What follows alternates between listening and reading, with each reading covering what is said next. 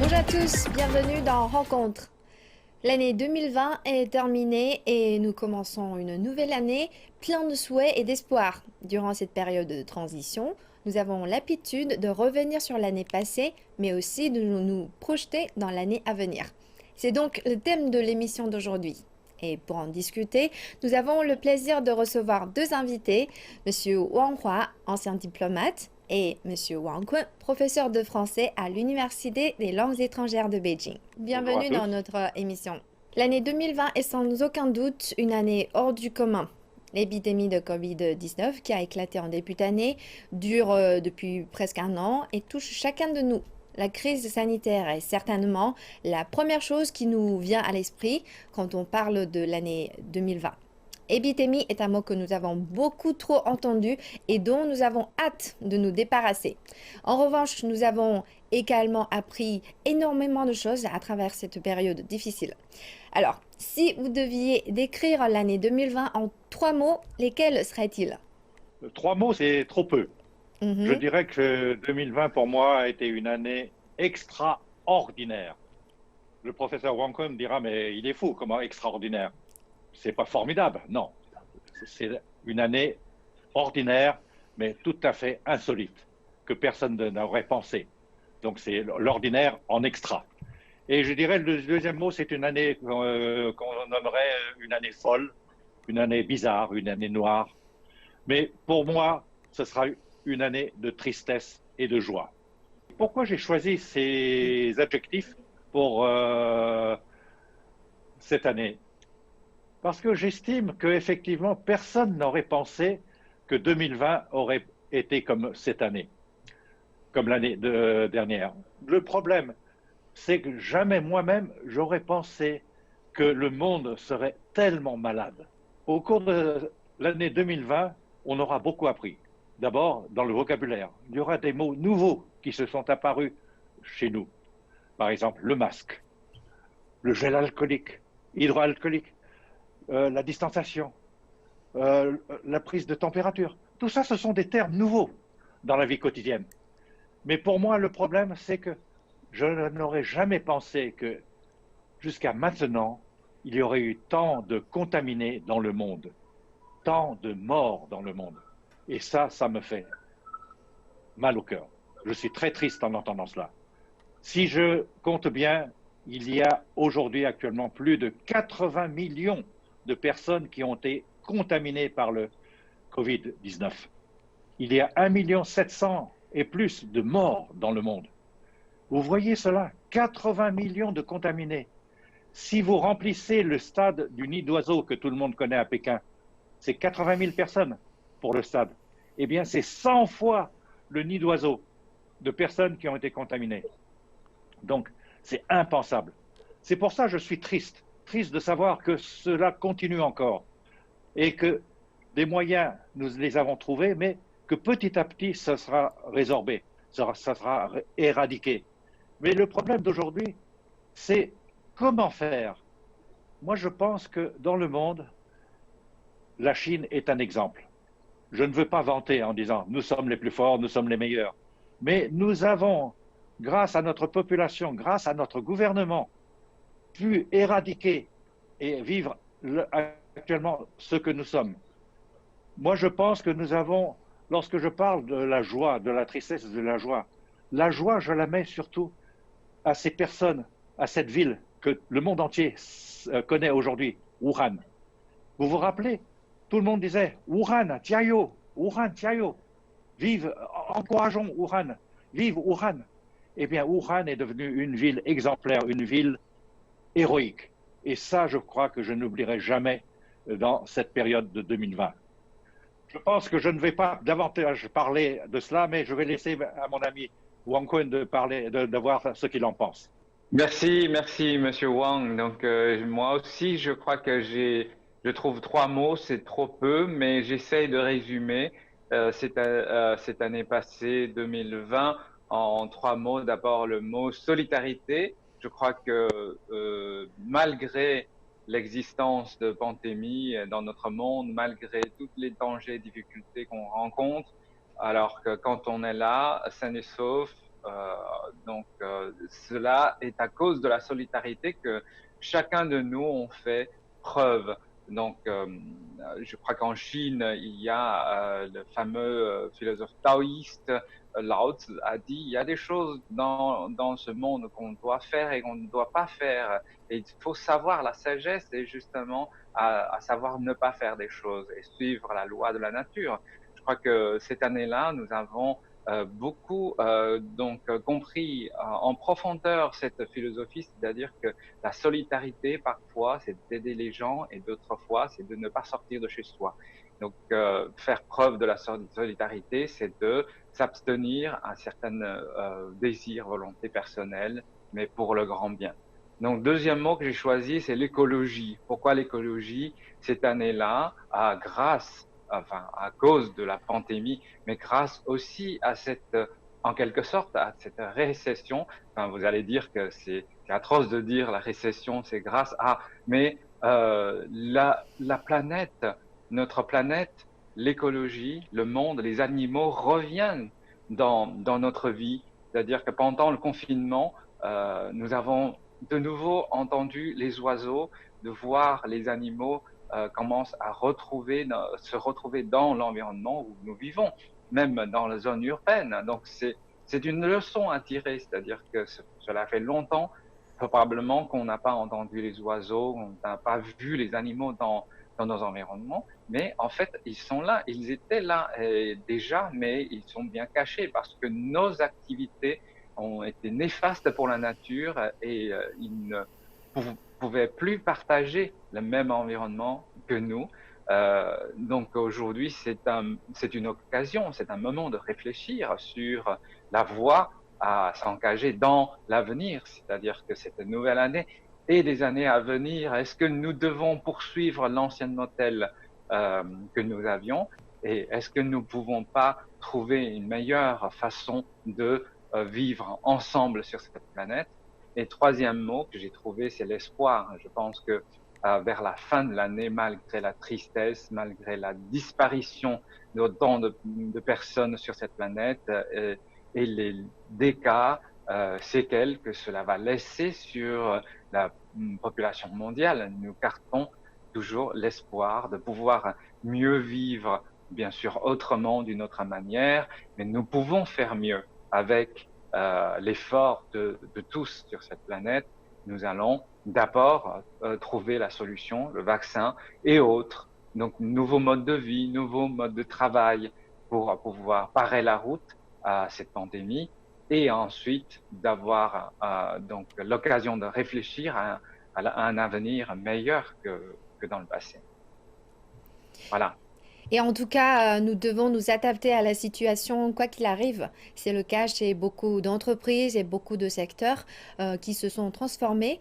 Et cette année, un grand nombre d'activités se sont déroulées de manière virtuelle, comme par exemple les cours, les réunions et les émissions télévisées comme celle-ci. Nous enregistrons cette émission par un appel téléphonique au lieu de nous mettre tous les trois dans un studio. Donc, il y a encore les événements culturels. Donc, tout ça, que pensez-vous de ces changements? C'est une bonne question parce que effectivement, pour nous tous, c'est une nouveauté. Or, cela permet, dans le cas d'une pandémie, de pouvoir se communiquer à longue distance, sans avoir de contact en vis-à-vis. Donc, c'est quelque chose de virtuel ou autre. Mais à mon avis, je pense que ce système n'est que temporaire. Parce que j'imagine mal que les relations d'êtres humains de face à face puissent disparaître. J'ai été un peu surpris, je vous cite un exemple, j'ai été un peu surpris il y a 3 jours, lors du réveillon, dans un restaurant, on a été servi par un robot. Je savais qu'il y avait des robots serveurs, mais j'ai vu de mes propres yeux le robot qui amenait les plats, qui nous apportait devant la table, et ensuite nous demandait « Est-ce que ce plat est bon ?» J'ai répondu naturellement, mais il m'a semblé que ce n'était pas une voix humaine. Je parlais à un extraterrestre. Et bon, c'est une méthode nouvelle peut-être qui peut attirer les clients, qui peut améliorer le service ou autre, mais dans mon esprit, je pense que c'est du temporaire. Regardez actuellement le système de la pandémie actuelle en Chine et partout dans le monde. Aujourd'hui, par exemple, dans les manifestations sportives chinoises, je parle, que nous voyons à la télévision, nous voyons les joueurs jouer, que ce soit le basket, le handball ou autre, mais il n'y a pas de public, de peur d'être contaminé ou autre. Je pense que c'est une bonne chose. Mais le problème, ça manque une ambiance. Parce qu'on entend derrière le meneur qui dit allez, telle équipe, allez. Mais il est tout seul et il n'y a pas de réaction du public. Et alors, je reviens ceci à un problème qui me préoccupe beaucoup parce que vous savez que j'aime beaucoup le sport. C'est les futurs Jeux Olympiques de Tokyo qui a été déjà reportés de 2020 en 2021. Comment on va faire des Jeux Olympiques alors que la pandémie existe encore au Japon? C'est ça qui m'inquiète beaucoup. Est-ce qu'on va avoir des Jeux seulement avec des sportifs et pas de public? Mais c'est contraire au statut que Pierre de Coubertin avait dit.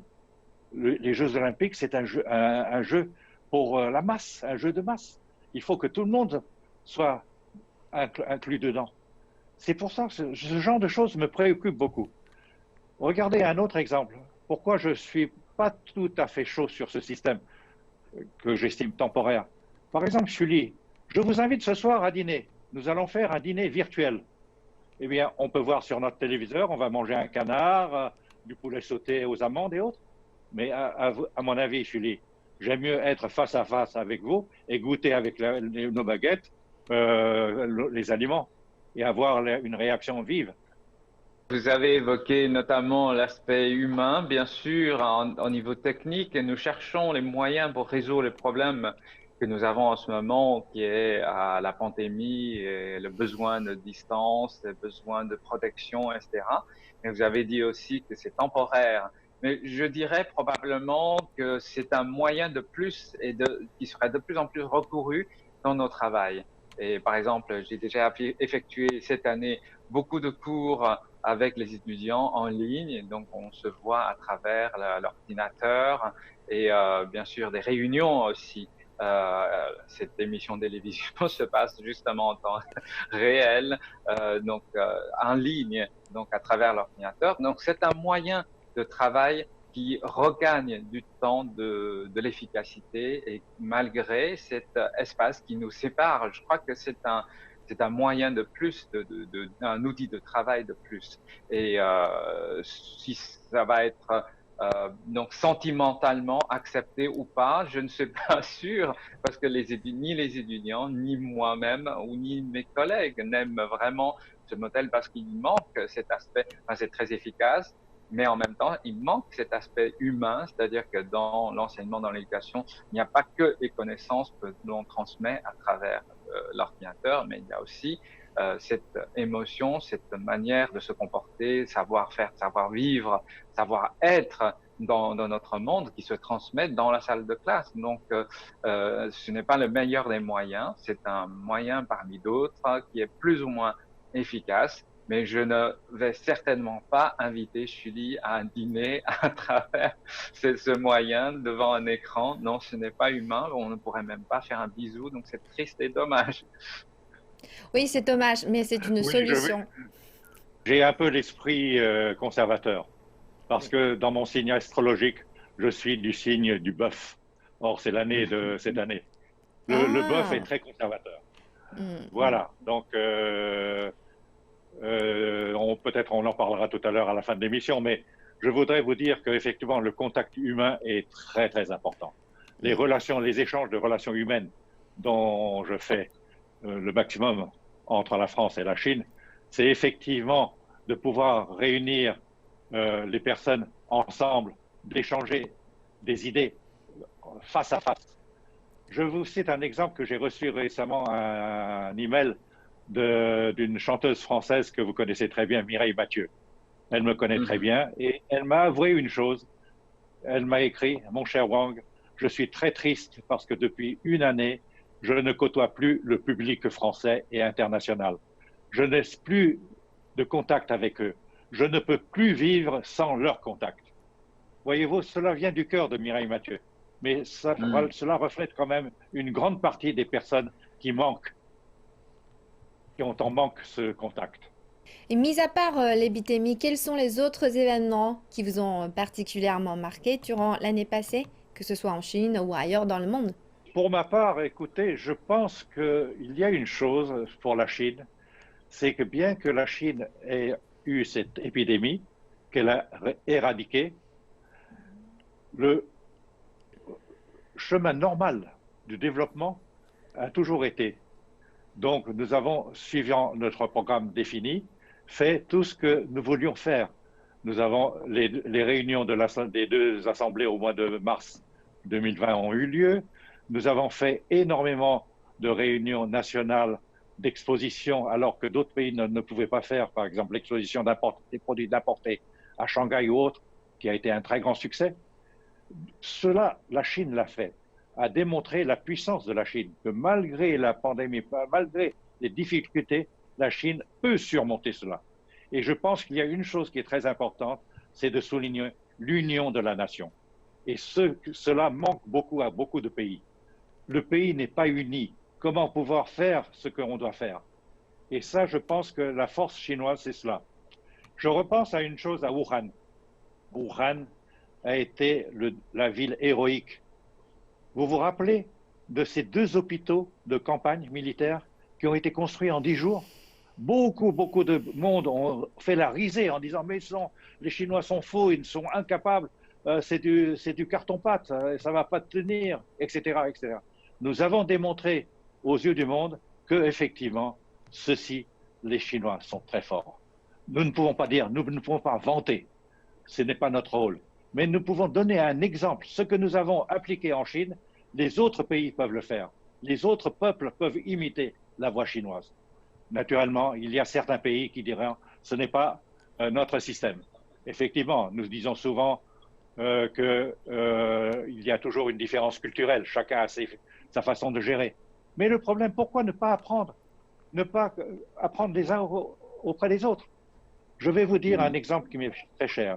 J'ai fait connaissance par Internet d'une personne qui aime la Chine et qui m'a dit, je vous ai vu sur CCTV en langue française, j'ai beaucoup d'estime avec vous, je souhaiterais correspondre avec vous.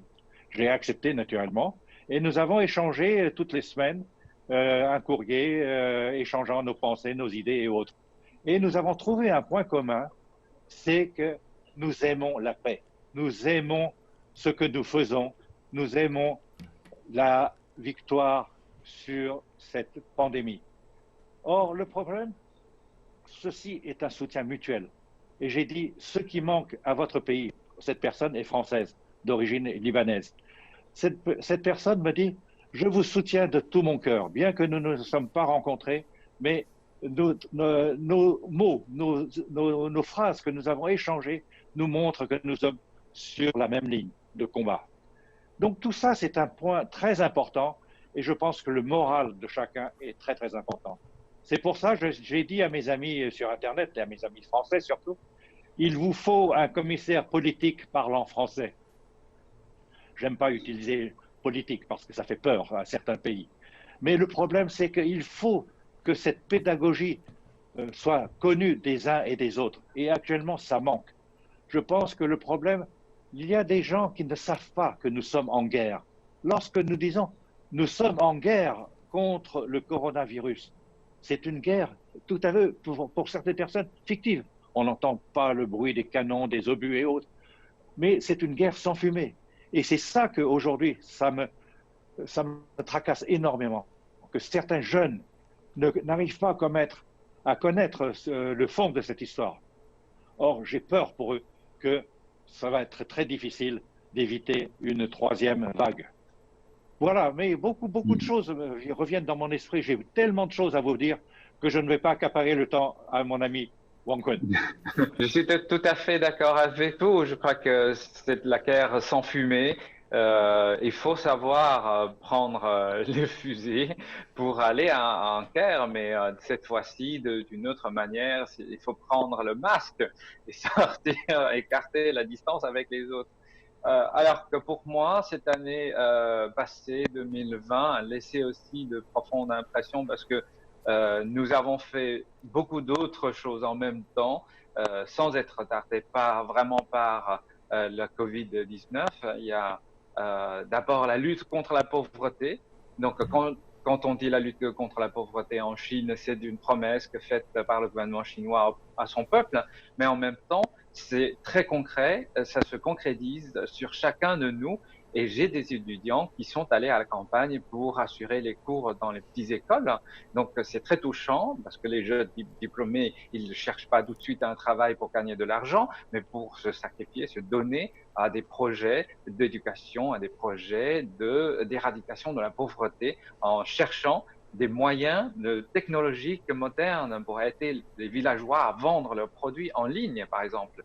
Donc tout ça, c'est très intéressant parce que la jeune génération, ils ont, notamment en Chine, ils ont pris cette conscience de prendre leur part de responsabilité pour cette société. Donc la lutte contre la pauvreté n'est pas seulement un slogan politique, c'est très concret auprès de chacun de nous. Donc nous avons aussi fait cette année le 14e plan quinquennal pour les 5 années à venir. Ça, c'est aussi un événement pour nous très important parce que cela nous rappelle que malgré la pandémie, malgré toutes les mesures sanitaires strictes prises autour de nous, la vie continue, notre vie économique et sociale doivent aller en avant pour garantir, assurer le bon fonctionnement de notre pays et amélioration de notre peuple. Donc, du coup, il faut voir loin, il faut voir moins dans les 5 années à venir, faire un projet, de décider ce que nous allons faire réaliser donc dans le prochain avenir et dans un plan encore plus grand. Je crois que beaucoup d'événements de commémoration cette année nous rappellent l'orientation de notre voie, par exemple le 40e anniversaire de la zone économique spéciale de Shenzhen, au 30e anniversaire de Pudong, la nouvelle zone de développement économique de Pudong aussi. Donc ça, c'est encore une fois réaffirmer la bonne voie d'ouverture et de réforme de la Chine, qui est toujours la voie à s'engager dans le futur. Donc en même temps, je crois que d'autres événements viennent marquer aussi, donc pour consolider notre confiance en ce système mondial, cet ordre mondial actuel. Donc lorsque nous célébrons le 75e anniversaire de l'ONU, donc l'institution qui est tellement importante dans la lutte contre la Covid, tellement importante pour assurer le bon fonctionnement de notre planète dans la crise à la fois pandémique, mais aussi dans cette crise économique qui ensuite. Donc nous rappelons aussi cette guerre de résistance à l'agression américaine et l'aide à la Corée, donc 70e anniversaire, pour nous montrer combien il est difficile de remporter la paix dans notre monde et combien il faut chérir aujourd'hui cette situation de paix et de développement qui est bénéfique pour toute l'humanité. Donc en tout cas, je crois que c'est une année qui nous donne l'occasion de réfléchir sur nous-mêmes, sur notre vie, sur les gens autour de nous, mais aussi sur la voie qui est engagée par notre pays et cette planète. Donc c'est une très bonne occasion pour nous tous de pouvoir avoir une meilleure compréhension en profondeur de notre vie et de notre futur. Et donc tout cela pour montrer que malgré l'épidémie, nous avons tout de même des raisons de voir l'année 2020 du bon côté. Et personnellement, qu'avez-vous vécu de positif? Quels sont les moments inoubliables ou un souvenir particulier pour partager avec nous? Écoutez, je pense que je suis tout à fait d'accord avec ce que Wang Kun vient de dire sur la Chine, sur le plan international ou autre. Je voudrais vous ajouter une chose, un point important que j'avais déjà évoqué lors de la fête du Nouvel An avec vous, Sylvie, concernant la recherche scientifique. Vous savez que je suis issu d'une famille scientifique et je m'intéresse beaucoup au progrès scientifique et surtout spatial de la Chine. Or, il y a un mois à peine, nous avons envoyé une sonde lunaire pour ramener des échantillons, 2 kilos d'échantillons du sol lunaire, avec une technologie de pointe que tout le monde entier reconnaît et qui a prouvé, qui a démontré que notre technologie de télédétection était formidable. Voyez-vous quelque chose de détection à 40 000 km l'un de l'autre, c'est formidable. Alors le problème dans tout cela, cela montre la force, une partie de la force en Chine dans ce domaine. Alors je voudrais vous saisir cette occasion pour vous raconter une histoire qui m'est personnelle, puisque vous me demandez ça. J'ai reçu il n'y a pas longtemps un email de mon petit-fils qui a 16 ans et qui a vu effectivement la retransmission en direct de tous ces événements et qui m'a dit: mon grand-père, j'ai une question à te poser. J'ai vu qu'une fois que la sonde lunaire s'est posée sur la Lune, nous avons érigé un drapeau chinois. Ces drapeaux étaient fixes. Alors ma question est la suivante. Il y a une dizaine d'années, lorsque le premier astronome américain a mis les pieds, il a aussi érigé un drapeau américain. Mais ce drapeau flottait. Alors je me suis dit, il n'y a pas d'oxygène, il n'y a pas de vent sur la Lune. Comment ça peut flotter? Il m'a posé cette colle. Je ne lui ai pas répondu. J'ai dit, réfléchis mon ami. Voyez-vous, les conséquences de ce vol, de cette sonde, peut apporter aux jeunes de nouvelles idées, de nouvelles réflexions. Et ça, je pense que c'est très fort chez moi. Parce que ça prouve que la future génération est en train de monter, est en train de réfléchir. Et l'avenir de la Chine est entre leurs mains. C'est pourquoi j'ai dit en 2008, lors des Jeux Olympiques de l'ouverture, sur une feuille blanche, on peut faire de jolis dessins. Et nos futures générations sont en train de créer ce joli dessin. Je crois que j'ai aussi des moments, beaucoup d'ailleurs, de moments inoubliables dans cette année. Mais si je dois en choisir un, je crois que c'est l'enseignement en ligne pour moi qui est le plus inoubliable. Parce que au moment où on a déclaré en février 2020 qu'il faudrait